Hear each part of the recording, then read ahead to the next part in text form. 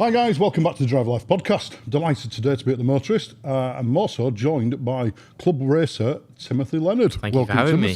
Great to see you, mate. Thanks for making the journey, because it's been a trek for you, hasn't it? Yeah. 2 and a bit hours away, I think, but no, it's great to be here. It's a nice day for it, to be fair. Yeah. It's nice to come and see some nice cars in the car park here, isn't it? Great. Again, thanks for making the journey. You came to my attention, I don't know, probably about a year ago now, I think. I know you're very prolific on the socials. But do you want to just tell our viewers and listeners a little bit about yourself and what championship you're doing? Yeah, absolutely. So my name's Tim. I'm a 15-year-old racing driver from Cambridge, and I've just always been incredibly passionate about cars.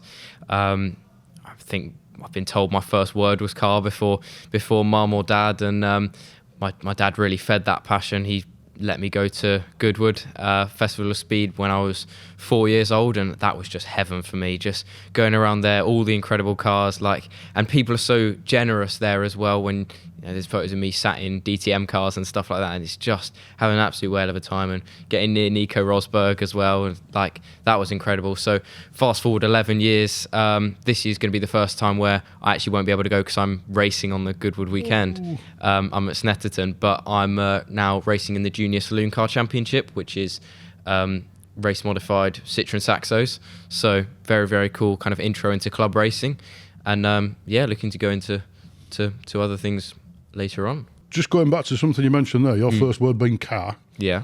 So your dad absolutely loved that. Your mum must have been mortified, was she? Yeah, I think I've had a just huge box of Hot Wheels from when I was 2 years old. Love it. So can you remember going to Goodwood at 4 years old? Well, I'd like to say I could, but you've got photographs. I've got so many photos of me there with. So you're reliving the memories through that. Yeah, pretty much. Yeah, that's great. But I think I kind of have probably a collective memory of my entire childhood being there, and it's just an incredible place. Yeah, I mean, it's just there's everything to see there, isn't it? It's everybody and absolutely. Every car, everything. Yeah, it's just a sensory overload, especially for a 4-year-old. Yeah. And being that age, I can remember taking my kid, my lad, to car shows and that sort of thing at that age, and you get away with murder at that age. Yeah. You get to meet people, you get to sit in cars, you get to my lad sat in a I can't remember what it was now, but an ex Lotus F1 car. Oh wow! While they fired it up. Goodness me! At Alton Park. I mean, that was just incredible. The video on that, it's superb. But if I asked to do it, they'd just look at me and laughing. No, to be fair, I wouldn't fit in it. But at that age, it just gets to all sorts. When did you first have a go in the 4 wheels? Then was that a kart? It was, yeah. So I mean, being how passionate I was, I just wanted to get in something with wheels, the youngest I possibly could, and that was 8 years old in a rental car at Teamworks Northampton. So that was a pretty cool experience. Just again loving it. It's incredible. Cheap and cheerful. Go there, arrive and drive once or twice a month. Just nice little trip with my dad as well, and that was just an incredible experience to start off with. And we went there for about 2 or 3 years, to be honest. You hear about, Max Verstappen being in a Bambino or whatever national karting at 4 years old. It's no, that's not really, you don't have to start there to go on to other things. I think he was pushed by his mother though, wasn't he? Yeah. His mother was a championship karter. There you go. Yeah. But no, I did that for 2-3 years. So did your dad race with you as well? No. Right. My dad's, no. So he's never been in a kart? No, he's never driven a kart. He's, we had a test there at Pembury where we were saying we should have taken the opportunity to take him round, but he's never been in a car with me. He's never fancied it either? No, not really. My entire family, they're incredibly supportive with everything I do, but no, he's never really had that interest. He's much more, he's planes. Wow. Okay. So, yeah. I mean, to be fair now, we're just obviously, he's with us today, and he's actually gone for a wander while we're recording this. And there's the Aero Club across the road. So just said to him, "Are you going for a look around the gate?" He said, "No, I'm going to go across to the airfield and have a look what's in the what's on the apron over there." Yeah. So you never wanted to go down the plane route? Not really. I find them quite. I don't know. My extent is playing a little bit of Flight Simulator, and that's about it. I've never really fancied that, but it's they're still pretty cool though. Completely. Yeah, but there's only enough. I say there's enough money to go around for one thing. Yeah, sometimes there isn't even that, is there? My sister started dipping into horse racing, and my dad nearly had a heart attack. Oh, God. Luckily, we're onto, I think, drama now, so that's That's okay. Yeah, it's drama. Dodged a bullet there. Pretending to be a tree is a lot cheaper than horse riding. Karting-wise then, how many years did we do that for? And did what sort of progress did we make through the ranks of karting? Testing my mental maths now. I started at 8. Yeah. I did that kind of indoor karting, as I said, once or twice a month for about 2-3 years. And then I moved into an outdoor rental karting league. And that just taught me loads. You're outdoors, but it's always slick tyres. Yeah. So whether you're snowing or whatever. But it's an endurance league, so it's an hour and a half, and you get randomly selected teammates each race. So out of anyone that comes there, so me, I was, to be fair, when I was there, I was quite competitive from the start. I think my first season I was a few points off of winning the championship.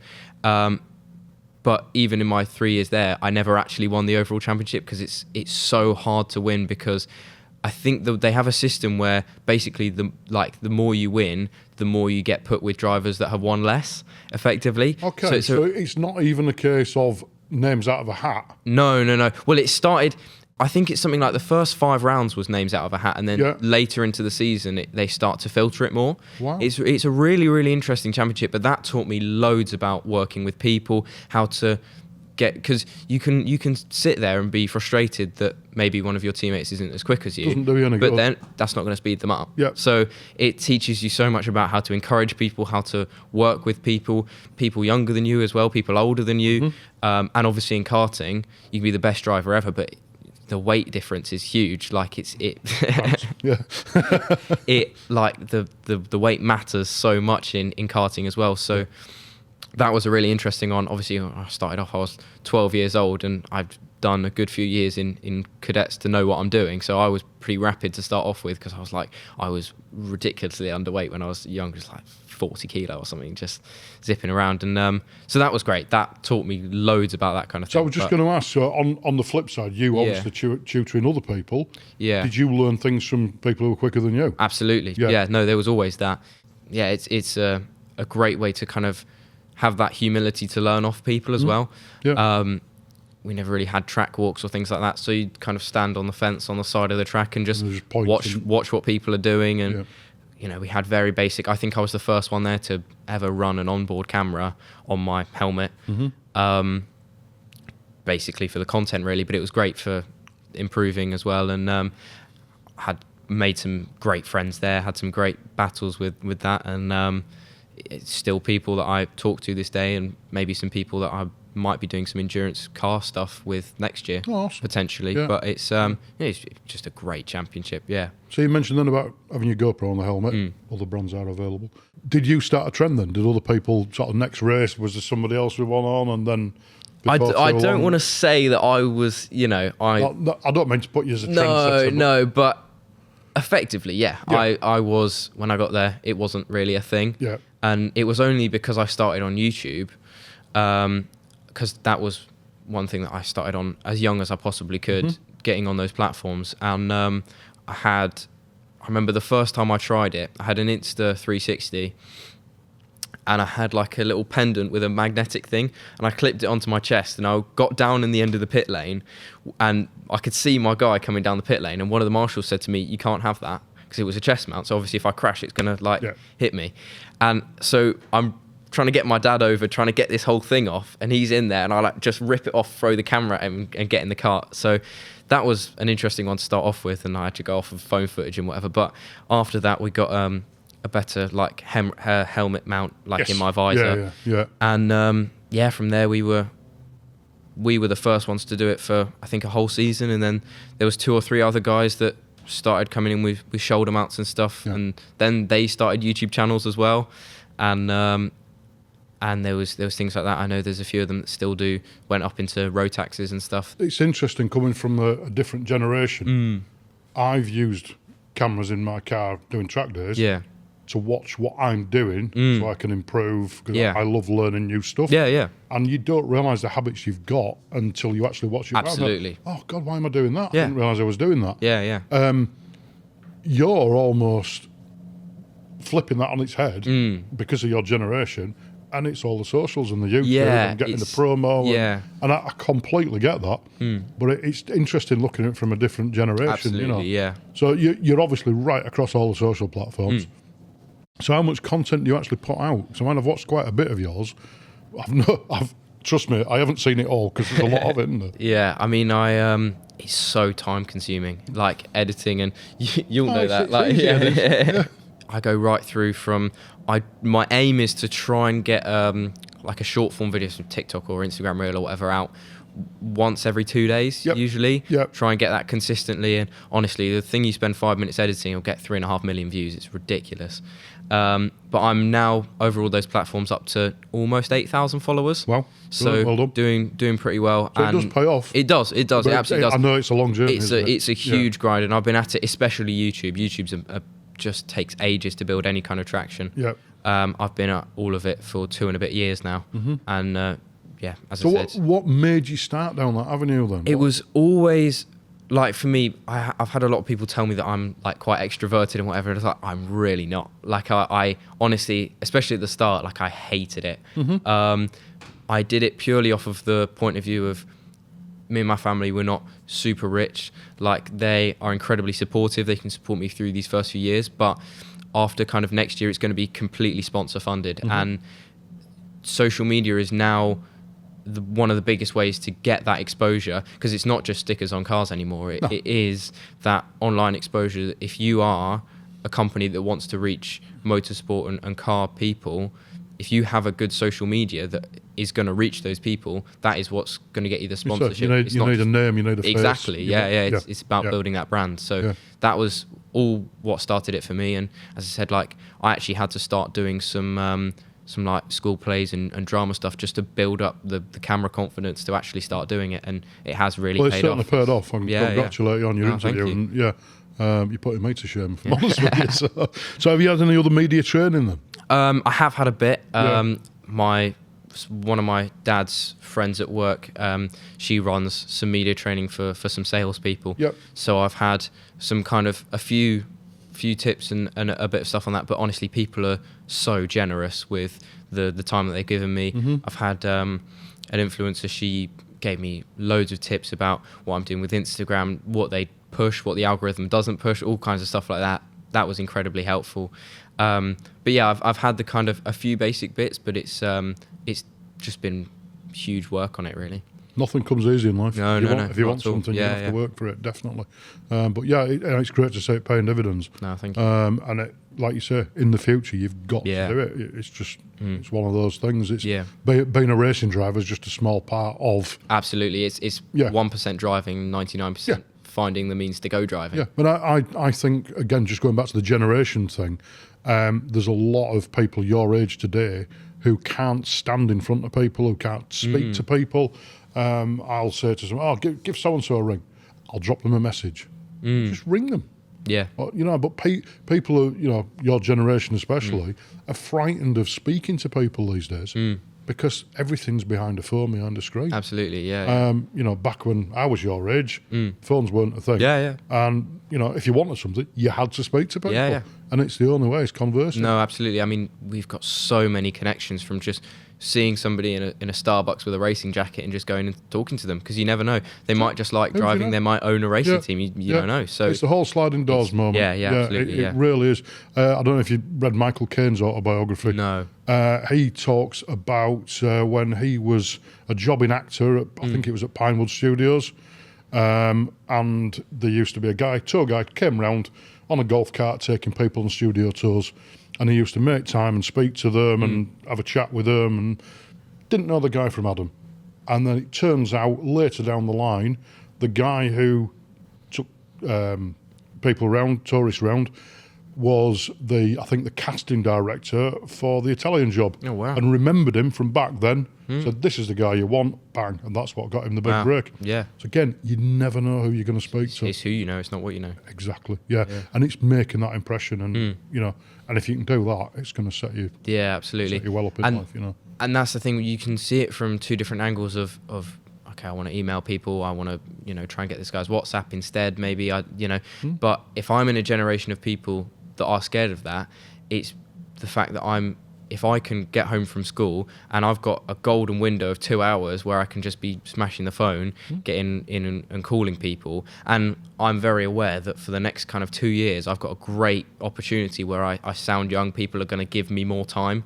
You've got to sort of make that work. Make it 100%. Yeah, make those connections now. And it's knowing that, you know, when I'm on the phone and there's a guy the other side of it that sounds not sure, but he's giving me the benefit of the doubt, I know with every day I'm going to get slightly less of that.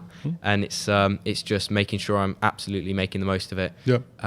To try and get that funding. Yeah. A quick note: if you're looking for something to do this weekend, head to carevents.com and discover car events near you.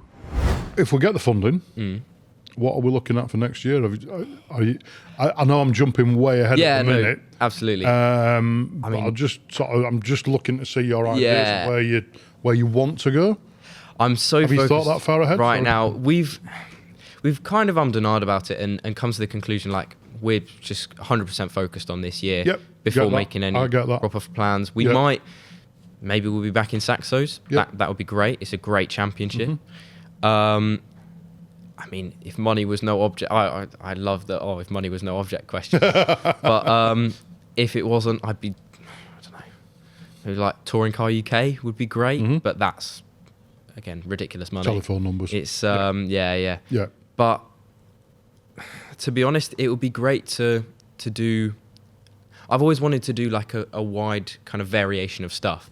Like, I know a lot of people that they fixate on one championship. I want to get to Le Mans. I want to do BTCC. I want to do, like, you know, you look at some people, like they do, and I'm not saying it's wrong, but they'll do 10, 20 years in BTCC and that's their whole career. And it's like, okay, but like, can you drive anything else? Well, it's not even just that. It's like, just getting to the end of it, it's like, right, well, what's next, you know?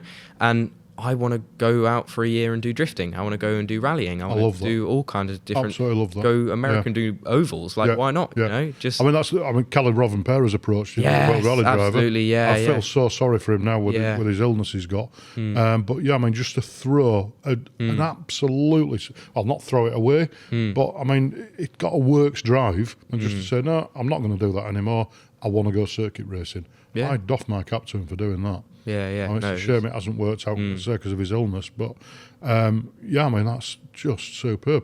Petter Solberg, another one. World Rally champion, and then went and did World Rally Cross. And I think he's still to this day the only guy to have won 2 separate world championships in different disciplines. I mean, I admire you for that. That's and when you think back in the day, Jim Clark. You know, that era, they used to go to a Formula 1 race one day, and the same weekend they'd go do a touring car race. Formula 2 and Formula 3 and then BTCC. It's like, Well, the bike races were the same back then. Now it's all just, you know, singular, like you say. And I feel like a portion of that is actually the talent in racing has got a lot more focus. Like, people will now, if they're racing GT3s, they will do hours and hours and hours on the sim on just that car, on just that track, and to find 2/10, and they'll do 400 laps in a day. And so that could be a reason for it, but it doesn't mean you can't go off and do those other things. I mean, I think you've hit the nail on the head, because there's such finite margins in things now that if you did go spend time doing something else, you're not spending 100% of your time on that, so you're going to lack focus, so you're not going to be as quick. I mean, you know, you look at all the elite sports people, and everything they do is 110%. Normally, as and when they retire or take a step back, it's like, it's time to do something different. My life has been that since I was, you know, 8 years old, whatever. And it's just time to live life now and enjoy it. And I get that. But I admire you for wanting to do different disciplines. I love that. I mean, my background's rallying, but I love doing track days. I love watching racing. And I just admire all the different skills and disciplines it takes. And if you can get that, then superb. Absolutely brilliant. So let's jump back then to the get my teeth in, the Citroen Saxo. Is it Challenge or Cup or? It's Junior Saloon Car Championship. I believe it used to be Citroen Saxo Cup. I think something like that. But it's all Identical Saxos, yeah. So are they sealed engines, or yes. how does it work scrutineering wise? Yeah, so we've got a scrutineer that Championship scrutineer that makes sure everything is as close to equal as you can get. We have sealed engines. There's bits you can tinker with. You've got championship ECUs, but people car to car, you'll have different gear ratios, different all sorts. Different cars are probably going to weigh slightly different, have different balances. Like there's so many differences between the cars, and it's so easy to just it happens every single, you can go back through every single year of the championship, and it's always whoever's at the front, everyone around the paddock, they're cheating. Well, they're probably not. It's the same in every and actually, a lot of them, if you look back at what they've done, it's they're blisteringly quick. Like we have the guy that's leading the championship now, Ollie Smith. He's an incredible driver, and his brother Harry won the championship 2 years ago. So he's got an incredible camp around him. He's a great driver as well, and he's a lovely guy. So to just kind of immediately default to their cheating, it's we have a scrutineer making sure it's all here, and it's just accept. Just be quicker. In every walk of life, there is always going to be somebody quicker than you, better than you. Exactly. Unless you are, the Lando Norris, the Max Verstappen, the Lewis Hamilton of those worlds, then there's always going to be somebody quicker. Absolutely, yeah. And on the day, they'll lose as well. So you just got to accept it. Get a better start than him and work harder. Yeah. Exactly. Yeah, no, I completely agree, mate. Completely agree. You did that championship last year? Yes, I did 3 rounds. Okay, so why just the 3 rounds? Did you come into it late? I started off last year. I did they have a scholarship. So I did the JSCC scholarship. I came, I probably am allowed to say I came about 9 points off of winning that out of 290. So ridiculously close. And our championship, we have a thing where if you've done 3 rounds or less, you're classed as a rookie, which means you're technically in a different class and you can still do the scholarship. So I did 3 rounds that year. I did the 3 best ones, actually. I did Brands Hatch, Silverstone and Donington, which is just great. And Donington, we were actually with the British trucks, and we had, I think, in attendance about 50,000 people there, which was incredible. And then I went for the scholarship again this year, and I came even closer. And that was, I feel a lot more fulfilled about the scholarship this year, because I got to the end of the day, and obviously it's emotional. It's because it's people that actually, there's a lot of people there that without that scholarship can't afford to go racing. And we're in a really fortunate position where for these next few years we actually can. But for me, I actually came out of that day thinking, I don't want to, if I could time travel back to that morning, I wouldn't, because I did absolutely everything 100%, and there's nothing else that I could have put in there. So I was actually a lot more fulfilled with that. And then this year, I'm still a rookie. There's still a point to what we did last year, because I've got more experience than a lot of the other people that are classed as rookies. So that meant that I came into Donington. I got my first top 5 there in race 1, and I'm coming out of that meeting leading the rookie standings. That's absolutely awesome. So did you do 3 races a weekend? We do, yeah. They're all triple headers. Yes. So am I right in thinking you got a first, a third, and a second that weekend? In rookies, yeah. Yes. I got first, third, and second. Yeah. That's some going, is that right? Yeah. And then overall, overall 5th, 9th, 8th, I believe, or 7th maybe in the last one. But around that kind. Out of a field of how many? I think for this year we've got 20 something registered, but on the actual circuit we had 16, I want to say. But it's a good grid. Yeah. When you first raced 5th, that's yeah. That's overall that's some going. And timing wise, you're not so dissimilar from the front guys? No, it's one of those championships that's like, you look at the quali times and the top 10's all fairly close. And you get into a race and the top 3 guys are all pulling away. And there's kind of there's quite a big gap in between that top 5 that are all really fast, and then there's kind of a mid pack with me and 2 other drivers, and then it's back to the guys behind.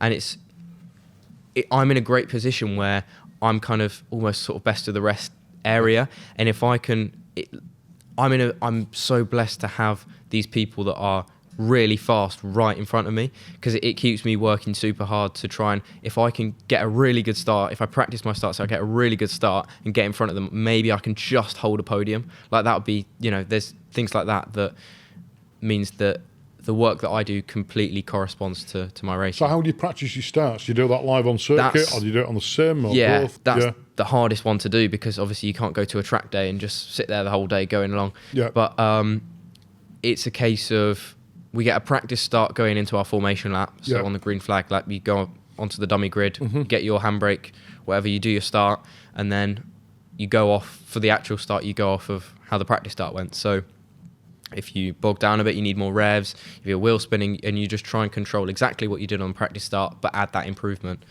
And as far as practicing it goes, it's not really something you can really simulate. It's really difficult, because I've got my handbrake on the sim. I've got my handbrake as a button on the wheel, so it's really alien. Hard. But you can practice it a little bit, and then it really just comes down to, it's like riding a bike. Really, once you've got it, you've got it. I kind of like sims for learning circuits. Sims are great, but I don't get any feeling from a. I use the feeling in the car to drive a circuit or drive anything, and I just don't get anything from a sim. It feels like missing one of your senses. It's strange. I don't. You can nail the braking point, but you don't know how hard you're braking, and I just find it very, very strange. But again, probably a generation thing. I love it. I'm on, I think for Donington I had about 1,500 kilometers on the sim, and it's just a massive one for sim racing wise. My journey, I went from literally Xbox and family room TV, and my family have been incredibly supportive. For Christmas last year, they all chipped in, and I've got triple monitors and a PC now. Nice. So what software are you using on that? I'm on Assetto Corsa, right? Because I can mod in my Saxo and obviously all the tracks that I've got, and how realistic it is really varies from track to track, because it's obviously you have the kind of quality of the mod, but also you've got things like Silverstone, basically going to be perfect. Like it's really, really good. And then, we were talking like Cadwell Park I've got this weekend. That's probably the furthest away from the sim that I've been so far, because there's so many nuances with the shapes of the corners and the elevation and everything that you, as much as you program it into the sim, you can't simulate the feeling of your stomach being in your mouth when you go up the mountain and just everything like your that. Airborne over the top of it. Exactly. Yeah. But it's still a great tool, and I genuinely, I don't know where I'd be without it. Yeah, well, I think, again, the generation thing, it's just, like you said, every performance driver, every racing driver, everybody uses now a sim as a tool. Yeah. And if you don't, you just get left behind, don't you? It's the bottom line, basically. On to the next round at Cadwell. That's, you go down there. Where do you stay when you go to a race meeting? Are you local B&Bs? So we're in a great place in the country where I'm actually either an hour or slightly less than an hour away from Snetterton, Brands, Silverstone. I'm right in between all of them. So there's going to be a few rounds this year at Snetterton twice. There's going to be a few rounds this year where I can actually stay at home, which is great. But obviously for longer journeys like Cadwell, it's going to be Airbnbs or hotels. So I'm... Usually the way it goes for a weekend is you travel up the Thursday before. Yes. If I have the luxury of being off this week for half term, which I do, we can go up a little bit earlier to try and help the team set up the awning and everything. So usually you'll go down there to the track, get in the seat, do the belts up, just make sure everything's still there, chat to the team, thank them for being here, all of that. And then you go off to the Airbnb, and then you come the next day for Friday testing, and then you're away into the weekend. So how do you normally sleep? Are you all right?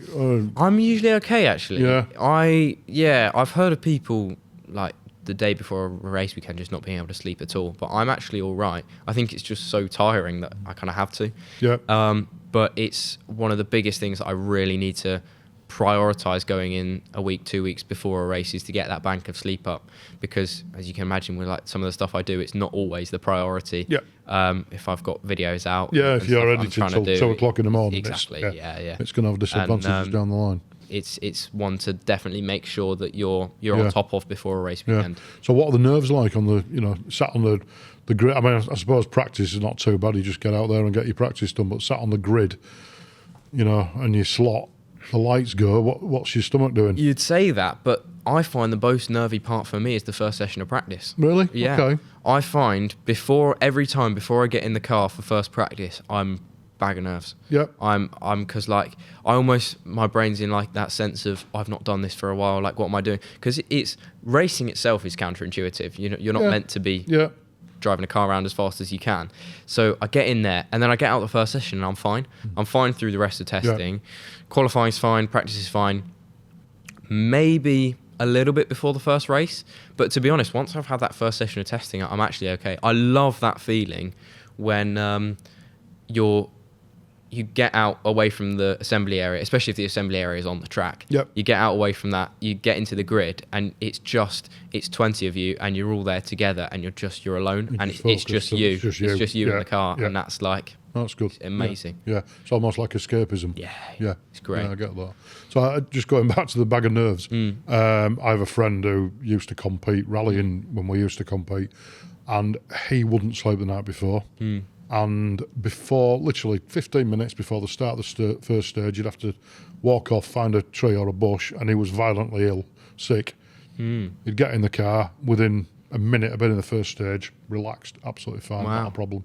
But every rally you could almost set your watch by it, just nerves wise. And then, as I say, once he got into it, absolutely fine, not a problem. That's interesting. But it's strange, isn't it? It affects different people. We'll process it differently. Yeah, completely. But no, it's interesting how you sort of said that in the practice session, because you wouldn't have thought that. No. To me, just it'd be like rocking up at a track day and just off you go, But having said that, people rock up at track days and are equally as nervous if they've never done one before, and I get that. Because you don't want to bin it in front of everyone. That's the... Yeah, it could be rather embarrassing. So have you done many track days? Obviously, any track time is expensive. But yes. It's really the only way to learn. So I think I did one for Donington. Yeah. I was lucky enough because we were at Pembury for the scholarship. Yeah. And that's on the calendar this year. So they tacked a test day onto the back of that. Yeah. Onto the next day. So I went there and that was good. So I've driven Pembury, and those are test days as well. So they don't have everyone else going around. It's just the juniors. Brilliant. So we had that. We had Donington was a track day. Cadwell I did a track day. Snetterton that's going to be the last test day that I do. Yeah. I might not even do that actually, but if I do, that will probably be a track day as well. Yeah. But after that, we're going off of Friday testing, which, because we're juniors, they open that out to all the junior championships. So we have us there, and then we have the Fiestas and the Ginettas as well. So that obviously presents an interesting challenge speed-wise. Yes. Because actually, on the straights, the Fiestas are the quickest. They're faster than Ginettas. Yeah. And then through the corners, Ginettas are just flying. Yeah. So it'll be like the current Formula One. It is, yeah. Let's not get into that. Yeah. Good luck sorting that out, FIA. Looking for your new favourite t-shirt or hoodie? Head to the Drive Life store and discover our range of automotive-inspired clothing. Use the link in the show notes below and use code podcast10 at checkout for 10% off. Yeah, so after Cadwell, we've got Croft. So have you done Croft before? No, and that's one of the ones I'm going into, and I'm just going to rock up on the Friday and figure it out. That's I like Croft. It's nice circuit. I've driven it on the sim. It's always one that I drive on the sim in. I've got a great mod for the Volvo S40, the BTCC one. Yep. And I just drive that on the sim on Croft loads. I don't know why, but it's such a great combination of cars and tracks. And it's... I love Croft. You just need to be careful of the chicane out the back. Yes. Under the trees, it can get very slip. I've often see people going... One of my friends in TCI UK, he tried to move around the outside there offline and backed it into the trees, and he was pulling bushes out of his rear windscreen. Yeah, I'm not surprised. It does catch a few out live on your first visit. Yeah. So, but great circuit. Love it. No, really good. So 11th of April, we've got Cadwell. Yeah. 2nd of May, Croft. 20th of June, Pembury. Yes. Yeah. So you're saying about you've done plenty of time around there. 11th of July, Snetterton. Really fast circuit. Yeah. I've not driven there yet. Have you not? No. I might test there. I would. Yeah, I think it's going to be corner speed and 1st of August, Brands. Yeah. again, one of your favourites. Brands is a great circuit. That was my first ever race weekend. Yeah. And it's just, it's got like, everyone says, oh, it's got so much personality, but it's the first corner is may as well be a circuit of its own. Yeah. It's incredible. Yeah. And then after that, it's actually pretty technical. Yeah. Because the first corner you just kind of send it in, and it's just about how much speed you can roll in. Yeah. But after that, it does become quite technical. Yeah. And then the last one, 3rd of October, we've got Silverstone. Yeah. So I've missed Snetterton out. There's 2 Snettertons. Yes. Yeah. So 12th of September, Snetterton. Yeah. Yeah. And then 3rd of October, back to Silverstone. Back to Silverstone. We ended quite early, actually. I think last year we ended in November, but we're start of October now. So what's your favourite circuit then? My favourite circuit is just whichever one we're going to next. Okay. Like I always have that where maybe it's just because I've not driven enough tracks to have a solidified favourite circuit. Yeah. But actually, if I think back to when I was racing last year and what I've been racing this year, if you asked me a month ago, I would have said Donington. I'm going to probably say Cadwell now. Maybe in 2 weeks' time it'll be Croft. Like it's usually just whichever one I'm preparing for, because I get so into the work that I'm doing for that circuit that kind of becomes my favourite track. So that's great. Yeah. But if I had to choose one aside from Cadwell, it's going to be a bit out of the box. I'd actually say Pembrey. Right. Okay. Pembrey. I wish it was longer, because it's short, but it's a great circuit. Yeah. So the bumps and everything, it's kind of similar to Cadwell in that way, that it's almost better when they Silverstone, they resurface the track every 2 weeks. It's almost too clinical. It is, yeah. But Pembrey's just got that kind of bit rugged around the edges, and it's great. Bit road racing. As I say, my background's rallying, and I love all that. Almost rough and tumble with it. If it's smooth and it's just boring. Yeah. It's funny you mentioned the rally stuff, actually, because the first time I went to Pembrey, I drove onto the rallycross course. Brilliant. Because I had the guy next to me, and he said it was down the one where you come out the first kind of complex of corners, and instead of turning left, vaguely, you go straight, and then you kind of have a hard left. Yeah. But if you keep going straight, it's onto the gravel. And he said, just go straight here. And I'm going straight, He's like, turn left, and there's the rallycross goes left ever so slightly. So I thought he just meant that. So I just kept going, and it took me like a good 30 metres to realise, got back in that a little bit. Yeah. So that was quite funny. But it's a great circuit. So you were saying about learning all different disciplines. Is that the next one going to be rallycross? Maybe. A few of our drivers have gone on to do a little bit on the side. We had a guy go into rallycross this week to do his debut event, and he actually did a front flip in his Suzuki Swift. He came off on the last corner. I think he said he had a control rod issue, and it just... Do you know, I think I've seen that on social media. The video went pretty viral. Proper end over end. End over end, yeah. I mean, thank goodness he's a big shunt, but he's doing okay. Hopefully we'll see him out at Cadwell. I actually don't know. I have pinged him a message to make sure he's all right. With his rallycross car. Seen better days. It's But no, I'm glad he's all right. No, it was a big one. Yeah. So that's I'll watch this space then for the next instalment of rallycross. Yeah. So that'll be great to see in that, definitely. Just going back to the Junior Saloon Car Championship. What age limits are in that then? So I believe every junior championship in the UK is 14 to 17. Mm-hmm. And the way they do it is, as long as you're 17 when you apply for the championship. So there's people that will turn 18 in March, but they can still do it. So you start off, and the way it works in the UK, you can get your junior ARDS license from 13 and a half. So that's what I did. I went to Mallory Park, drove in a Clio, and did that. 13 and a half, got my ARDS, and then you can start racing from 14.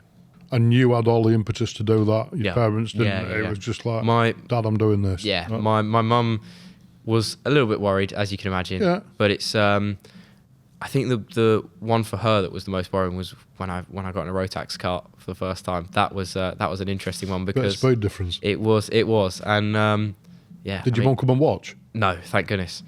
It was she's lovely. I love it when she comes to the track, but she would not have let me got in that. It didn't help that I backed it into the wall in qualifying as well. First you didn't lap. Tell her, no. So I'm a driving instructor. Are you? Yeah, okay. And the amount of students I have who, my mum came out with me at the weekend. First time out in my car. Like, how did that go? Terrible. Mums don't make good passengers, especially with the sons. They just they just panic all the time. Yeah, it's dads are a lot better passengers, and certainly spectators when you jump in. Something with a bit of grunt, a bit of meat behind it. It's, you've obviously nowhere near your driving test yet. No. Well, you say that it's 2.5 years off. It'll fly by. It'll fly by. Yeah. So what are we thinking for a first road car? Oh, have we got? I've thought about this. Yeah. Have you got any insurance quotes yet? It's gonna kill me. I've already tried to go on the websites and like see what quotes I can get in it. I'm looking at it. I was like, right, do I need both kidneys? Like, but I want something a bit different. Yep. I've like ideal first car. And I still don't know if I can find a decent one on the insurance, but it will be a Volvo 850 estate, like one of the 90s ones. You can, out of all the things I could have guessed, that would have been way down the list. Good choice. You can fit, honestly, you can fit an entire BQ in the back. Yeah. Like it's great. Well, you could sleep in the back at race weekends as well. That's a good point. Yeah, you can fit all your kit, everything. Yeah. You can, it's got a reasonable amount of power, actually. It's not too bad. And, I don't see why it would be too bad on insurance because it's not a usual first car, so you're not going to have. I'll agree with that. A lot of people, you know. I was going to say to you, 5-door cars are cheaper on the insurance, but I didn't even think of an estate car. And, it's that's just. You'll have to put a clip. That's of the that roundabout by my house, just like 3 wheels over that. Yeah, please don't get it liveried up. Yeah. Oh my goodness, yeah. In the old British touring car colours, that's absolutely brilliant.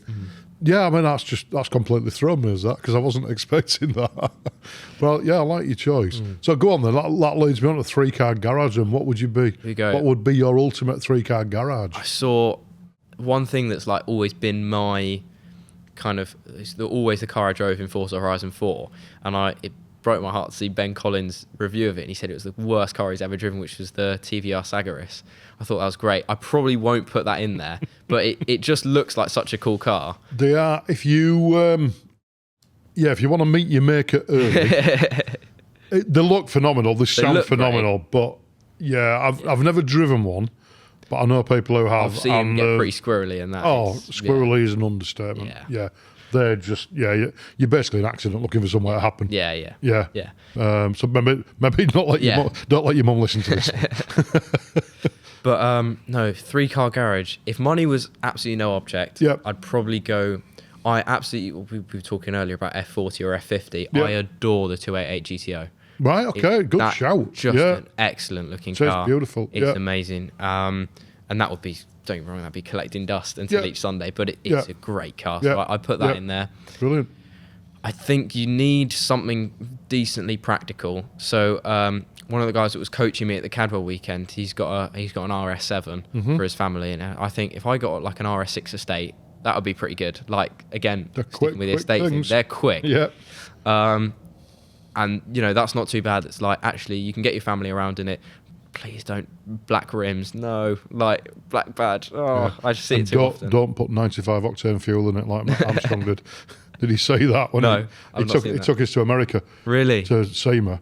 And he ran it on pump fuel and did a drag race in it and pre-detonated one of the cylinders and put a big hole in it. So, yeah. Yeah, no. Don't use cheap fuel. No. But, I'd probably go for that. And then you need something that you can just take to the track on the weekends. So I'd go maybe a Mark 1 Elise. Oh. They are great. I've always liked the look of those because they're just... I just feel like with what we're missing at the moment, it's just every car is just like a big heavy bean. Like it's just a bit of a shame. So again, as I say, driving instructor, I have a chat with my students all the time. What car on the road do you see on a daily basis that you would want? You know, and think when I was your age, I looked on and I hankered after. Oh God, I want a Capri or I want an RS 500 Cosworth. Or, you know, there were these cars on the road that were achievable. You know, later down the line in life. I look at cars today on the road and think, you know, unless you go in supercar. Yeah. I mean, there's just not. They all look the same. Yeah. They're just Chinese boxes. They look horrible. Tell me I'm wrong, please. Is there anything you like on the road today that you think, I wouldn't mind one of those? It's like I just hate the fact that they've got the, like, I look at I've got a BMW garage fairly near my house, and we cycled past it on the way back from school. And it used to be great just looking in there, seeing the M4s and the M2s and all. But the new M2 it looks like it's out of Roblox. Like I just hate it. Horrible. And it looked apparently it's like 2.5 tons.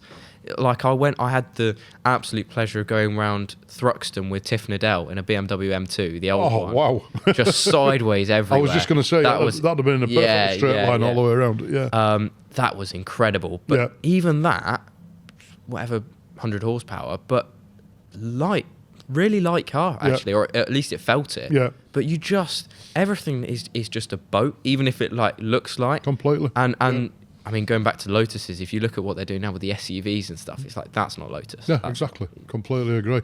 I think I mentioned in a previous podcast, I was listening to Chris Harris and Friends, and they were discussing the hot hatches and which was the best hot hatch back in the 80s. And those things weighed, certainly less than 1,000 kilos. And they weren't massive power. I don't know, 150 horse or something like that. But they were pocket rockets. Yeah. They had so much fun in them. I mean, they didn't weigh anything. No. You come off the throttle, you're backwards. But it's but that was part of the attraction. Yeah. You learn about lift off oversteer very quickly. Yeah. It's just. I mean, to me, I'd go back to those times, and cars are almost too good at what they do now. And, but I do see that. It's unless you get into the sporty things, like you say with the Lotus and stuff like that. But I mean, Exige and they're phenomenal things. Great cars. But again, that's like driving a go-kart on the road. It is. Yeah. It's a hard one. If you talk about like cars that you look up to as a child, like actually you have all the old poster cars and whatever, but you used to be able, like you said, the Cosworths or whatever and stuff like that. That is actually, you're right, it's vaguely affordable. Because you look now, whatever we're playing in Asphalt 8 and whatever, it's McLaren P1 or stuff that's just like basically out of reach. Exactly. It's like they're amazing cars, but they're not affordable. So it's that, I feel like it's that element that we're missing. It is. It's almost like a division that's getting bigger. Yeah. Quick thank you to the motorists for hosting us as always. To find their calendar of car mates, events and quizzes, head to the link in the show notes below. Your poster car as a kid then, what did you have on your bedroom wall? Or? Oh, I always had the Top Gear calendar with like all the different cars and stuff on it. But I always loved the McLaren P1. That was like just incredible for me. And I remember being like 7 or 8 the first time I ever saw one at Goodwood, and it just like spitting blue flames out the back, and it's just incredible. Yeah, that would be a phenomenal thing. Yeah. And don't get me wrong, I watched the Top Gear episode where they did that and the LaFerrari and the 918. Yeah. And to watch Sebastian Buemi try and drive that and bin it off into the gravel, it's like, I don't think I'd want that on the road. But it's still, if he can't handle it, like but he didn't make it massive enough. No, but he can pedal the car. No. He's pretty quick if you didn't realise he's fast. But I don't think you'd want it on the road, but it's an incredible looking car. So did you see Chris Harris taking was it a P1 or I can't remember if it was a P1 or a Senna. I want to say Portimao, but again I could have got I get most things wrong. Yeah, that was P1. Yeah, you're right. Yeah. And then he took his GT3 car round. And he would prefer the GT3 car. Yeah. I think the P1, it's a phenomenal piece of engineering, and it'd be amazing to have. But would you dare drive it? It's another thing. You can't. Can you blame these billionaires for letting them sit in garages? Because every time you get in one, it tries to kill you. But I get. I mean, the state of the roads, especially at the minute, because we're in. Obviously with all the potholes we've got at the minute after winter, until they get the roads sorted out, they're horrendous. And just the upkeep costs of them are insane. And like you say, unless you've got some good skills, it's trying to put you through the nearest wall or bush or whatever. Exactly, So would you get something that's a little bit more controllable and more enjoyable? Yeah. And you haven't got that fear then of, having to sell every bodily organ to pay for the repair bill. I completely get that. Definitely. So what do you think to Freddie Tavarish's P1? I don't know. I always find when you get like Ferrari sending cease and desist letters for like modifications, I think that's a little bit far. I think no other brand could get away with that. Yeah. But I kind of understand it. but then Ferrari F1 team's ruining their own reputation, so it's what it is. We'll leave the Italians to it. They're quite good at that. But I mean, he's now got Gordon Murray on board, doing the design of it, and he wants to do the design of what he originally wanted to do when he designed it in the first place. I mean, that's some accolade. It's going to look good. They know what they're doing. So 100%. It's going to be. I'd love to see he's that got the right guys on the end. I can't wait to see the results. I just wish he'd hurry up with it because it's like. I mean, how long's he been building it now? A long time. I know, it must be a couple of years. Something like that, but I can't wait to see that. That'd be absolutely awesome. Yeah. So, have you pedalled anything fast on a circuit? What's the quickest thing you've been on? The fastest thing I've ever driven, probably. Obviously, I've done most of my stuff in Saxos or like stuff like that, kind of front wheel drive, front engine. I've driven 570S, McLaren, and a 458. Yep. Which do you prefer out of two of those? McLaren, definitely the McLaren. I almost because this was kind of fairly early on because it was more of an experience thing, but I found the McLaren felt great, and the Ferrari almost like it kind of McLaren was on rails, and the Ferrari just sort of it felt more top heavy, if that makes sense. It was just almost like a little bit. Yeah, and like don't get me wrong, incredible car, sounded great. Like when you're going down the back straight in that and you're on the pad, so good. But I think that's what lets McLarens down is the noise they make. It is, it's just it's just that brute efficiency of like getting a car around a track as fast as possible, and it has its place, but it can let it down. You're right. Yeah. But I mean, McLaren-wise, handling is just they're great.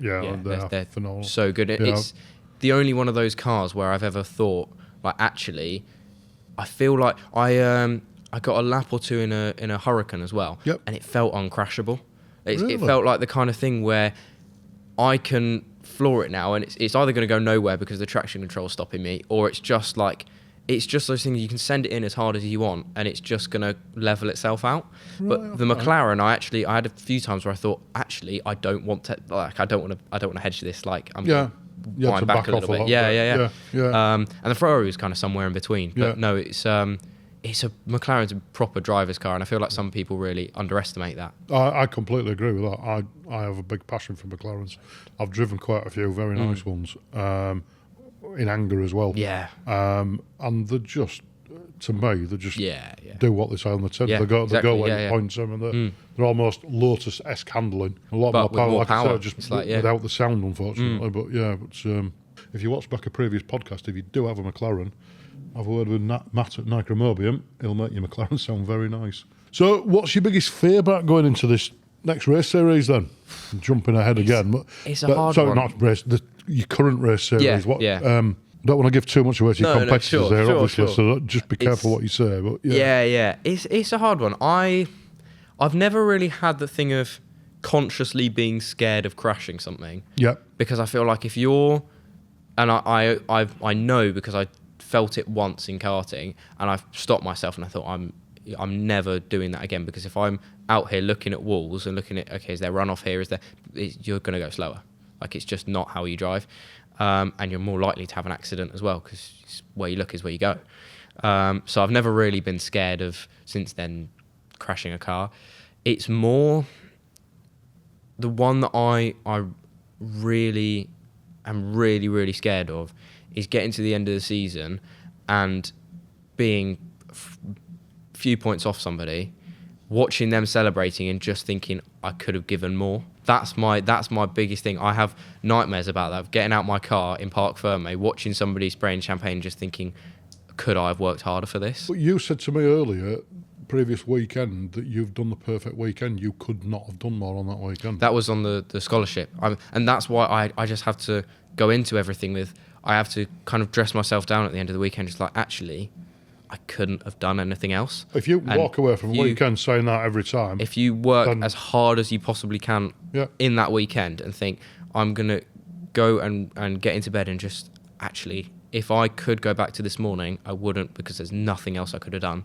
And that is the only way you can come out of it. That is the perfect place to be. Yeah, if you can do that on a daily basis, right, you've got it now. Yeah. You know? And I've already felt this season a few times when stuff, after the first race, I got the top 5. It's like, brilliant. And then the problem is everyone's telling you how great you are. And it's just, you have to come into those last 2 races the same way you went into the first one, which is with something to prove. And I went into that second race, and it was kind of going well, and I was really trying to push forwards, and had some contact with somebody who came in from behind me on the hairpin, and went off. And then on the exit of the corner, I dropped 2 positions from that, came back on the circuit, obviously front wheel drive, kept it absolutely pinned, screeching, got it back on the track, and somebody had gone off the other side of the circuit, and they called safety car on the corner exit, and the race ended under safety car. And I actually had to go out afterwards and think there's nothing else I could have done there, because I was in contact, which I can say legally wasn't my fault. Lost 2 positions, and then there's nothing. I'm not going to power past them on the straight. It's the way the cookie crumbles sometimes, exactly. isn't it? You've got to take the good with the smooth, and the good with the bad, and the rough with the smooth. So the right way around. It's just it's the way it goes. But as I say, if you can get out of bed every morning and think, yesterday nothing had changed. That's a hell of a way to go through life, let alone through your racing career. That's so much less stressful as well. Just not rethinking things. And just look forward. So training wise, you do a lot of physical training and gym training. It's one of those where obviously it's a Saxo, you're not having to have a massive neck or anything like that, but it helps. Like I obviously I've got the added complication of school. So I'm up 5:45 each morning, training in my garage, just working out, making sure I've got a decent enough upper body strength to, if we're talking about Cadwell, being able to get it round that chicane. We don't have power steering, we don't have anything like that. So it's always good to have that, just so that you don't have to be like huge, but it's always good to have that strength. You don't want to be huge. No, absolutely. You want to be fit enough. You want to be, because also weight is a big thing in these cars. You feel it when you've got the coach in the car. So I'm doing that, and then when I get home from school, again, I've got, as I said, about 2 hours where I've got that amazing golden window where I can just be smashing the phone, calling up companies, and because I know in an hour and a half's time, no one's going to be picking up. So I have to make the most of that. And then it's onto the content and the sim and trying to cram all of that in. And then in the evenings, I go off and do swim training. So I'm part of a swimming squad to try and keep that cardio up. So I do some competitions as well with that. And that's purely keeping that cardio good. Swimming's good as well. Big shoulders, big neck. And that's sort of it's a similar build to what you want for a racing driver. It's really good. I mean, you were saying you don't need a big neck for the Saxo, but going forward at future formula, you're going to need it at you some always point, have to train for what you're going to do next. Exactly. It's because there's no point arriving there and going, right, and now I need to get ready. You can say like, oh yeah, but I don't need it for the Saxo. But if you're working so hard for these opportunities in touring cars and in GTs, and if a touring car team calls you up and says, hey, do you want to test our car? I was like, oh, actually, I'm not quite ready. My neck's not there yet. It's like that opportunity is going to go. Like, of course you do. You have to be ready. I'll be there in 10 minutes. Exactly. It's the only way to do it. 100%, 100%. How can people reach you then? If you, if they want to reach out to you and get you as their face of their company and would like to send you a check your way. I'm on absolutely everything you can find bar Twitter. I'm on Instagram, Facebook, YouTube, LinkedIn. My email is on my website, or timothyleonardracing@outlook.com. We'll put a link in the show notes. In the description. But drop me a DM. Honestly, I do all kinds of social media exposure. I've got, if you contact also Dawsey Watches, he'll be able to tell you about kind of the promotion that I can do as well, as a bit of a kind of example of what I can do for companies. But that's kind of the main spread of it is the social media exposure. And then there's also massive B2B opportunities in motorsport as well. So that's a huge one. And bring clients to the track, stuff like that. Go and have a nice day. Absolutely. Corporate day out. And and I'm sure you'll be great at hosting it. A very personable person. Great on the camera. And, well, it's been great chatting. Thank you so much for having me on. Thanks ever so much for making the effort to travel up to see us. Hope you guys have enjoyed it. Check out Tim's socials, as we've said. And again, brilliant. Thanks ever so much. And we'll see you guys next time.